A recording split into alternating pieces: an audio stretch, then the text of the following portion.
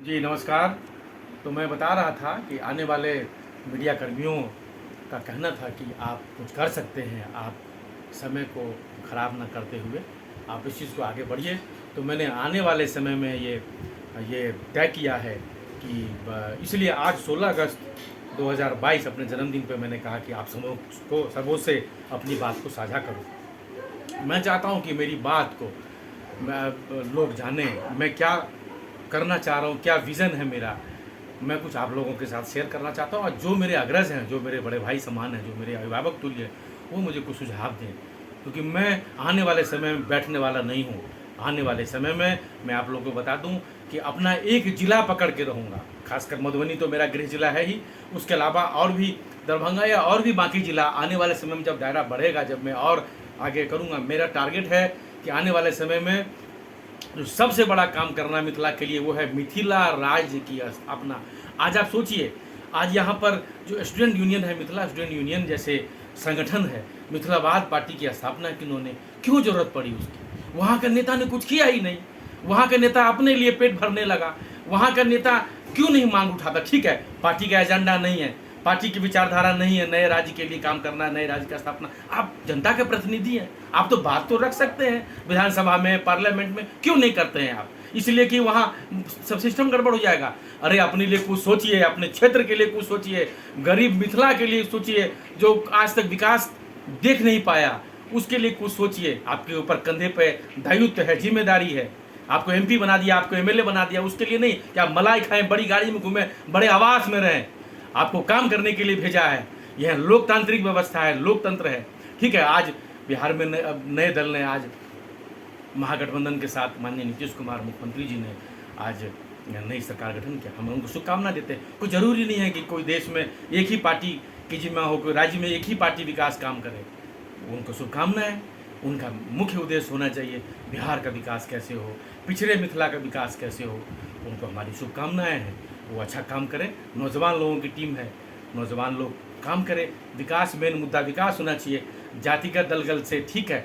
Social combination जरूरी है, मैंने बिहार में देखा, वो ज़रूरी है, लेकिन उसके साथ साथ विकास मुख्य एजेंडा होना चाहिए, काम अच्छा होना चाहिए। और पिछड़े विकास, हाँ देखिए, बहुत बड़ा पलायन, बहुत बड़ा मुद्दा है। आप देखिए, मैं भारत में अलग अलग राज्यों में रहता हूँ, साउथ में देखा, तमिलनाडु में, कर्नाटका में देखा, मैं अलग अलग नॉर्थ ईस्ट में देखता हूँ, मैं पंजाब में देखता हूँ। आखिर क्यों दूसरे राज्य के लोग क्यों नहीं गए? क्योंकि वहाँ नेताओं ने काम नहीं किया। नेताओं ने अपने परिवार को पेट भरने के लिए ध्यान दिया, अपनी बेटी दामाद को अमीर बनाने के लिए सोचा, कुछ ने अपने घर परिवार के लिए बड़ा बनाने का सोचा, लेकिन उन्होंने ये दायित्व भूल गए कि मुझे कुछ करना है, मुझे अपने क्षेत्र के लिए मुझे कुछ करना है, मुझे अपने कार्यकर्ताओं के लिए करना है, मुझे वहाँ की जनता के लिए कुछ करना है। भूल गया, नेता भूल गया। इसलिए मैं ये सब बात, बहुत सारी मन में बातें हैं जो मैं आगे साझा रखूंगा। मीडिया कर्मी मुझे कहते हैं कि आप टीवी पर आइए, आप बाइट दीजिए। आप कई पार्टियों से भी मुझे ऑफर है कि आप आइए, हमारे वहाँ मुख्य प्रवक्ता की भूमिका निभाइए। तो लेकिन अपनी अपनी विचारधारा है, ठीक है, आगे वो देखा जाएगा, अपने बंधुओं से, अपने लोगों से निर्णय लिया जाएगा। क्योंकि प्रिंट मीडिया में मीडिया कर्मियों का बहुत जो उनका सराहनीय योगदान है, उन्होंने मेरी बात को आगे बढ़ाया, उन्होंने काफ़ी अच्छा कवरेज मुझे देते ही रहते हैं। मैं कुछ बात रखता हूँ, क्षेत्र भ्रमण पर रहता हूँ, या कुछ बात टेलीफोन पे भी उनको कहता हूँ। तो दो तीन चीज़ें हैं। सबसे पहले जो बातें जो है वो है अपने मिथिला की। मिथिला में मिथिला राज्य की स्थापना बहुत ज़रूरी है। आप सोचिए, अगर मिथिला राज्य स्थापना होने के बाद ही मिथिला में विकास पर लोगों का ध्यान जाएगा। आज उस तरफ क्योंकि किसी ने ध्यान नहीं दिया। मैं मुख्यमंत्री की तरफ आगे ध्यान नहीं रखूंगा, वहाँ के जो जनप्रतिनिधि लोग हैं उन्होंने क्यों नहीं ध्यान दिया? चाहे वो एमएलए हैं, चाहे मधुबनी दरभंगा ही नहीं है, मिथिला में बहुत सारे जिले हैं जो आए दिन जो सोशल मीडिया पर सब सारे लोग वाकिफ ही होंगे, जो सामाजिक राजनीतिक कार्यकर्ता जो एक्टिव लोग हैं, उनको पता है कहाँ कहाँ तक दायरा है। हमारा नेपाल के 14 जिला भी मिथिला, ठीक है, वो नहीं हो सकता, बहुत दूर की बात है। उसमें इंडिया के प्रधानमंत्री तक को इन्वॉल्व, दोनों देश के लोग इन्वॉल्व करना पड़ेगा। लेकिन यहाँ अलग अलग राज्यों में, झारखंड में कुछ क्षेत्र है, कुछ जो बिहार, आप बताइए पूर्णिया का एरिया है, वहाँ सीमांचल, क्या सीमांचल? भारत में अगर आप 50 किलोमीटर की दूरी पर अगर जाते हैं, कोई भी भाषा हो, अगर राष्ट्रभाषा हिंदी की ही बात मान लें, तो वहाँ थोड़ा बहुत टोन में, थोड़ा बहुत जो लिहाजे में आपको फ़र्क आ जाएगा। हर 50 किलोमीटर में यहाँ से गए आप पूर्णिया के, तो वो सीमांचल हो गए, अरे भागलपुर की अंगिका ये क्या है, मैथिली है, मिथिला है, मैथिली भाषा है। तब फिर मैं कहूँगा वहाँ के नेताओं के जो चरित्र है, जो नेताओं का काम है, कहीं न कहीं वो उसके जो निकम्मेपन के कारण, मिथिलांचल के नेताओं के निकम्मेपन के कारण मिथिला आज विकास से कोसों दूर है।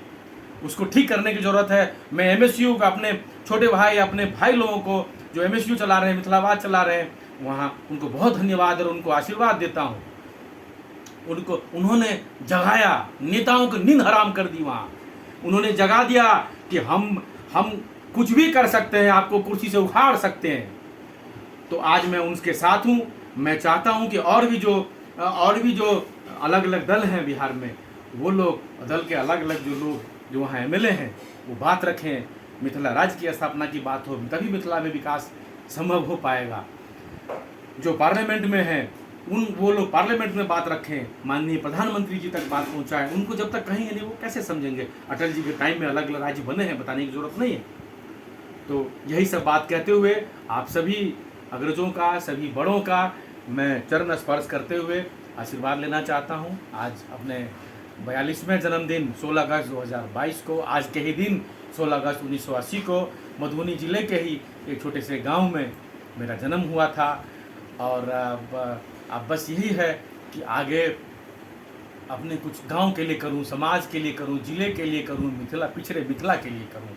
और सभी छोटे भाइयों का, सभी लोगों का जो बहुत धन्यवाद जो आपने मुझे सुना।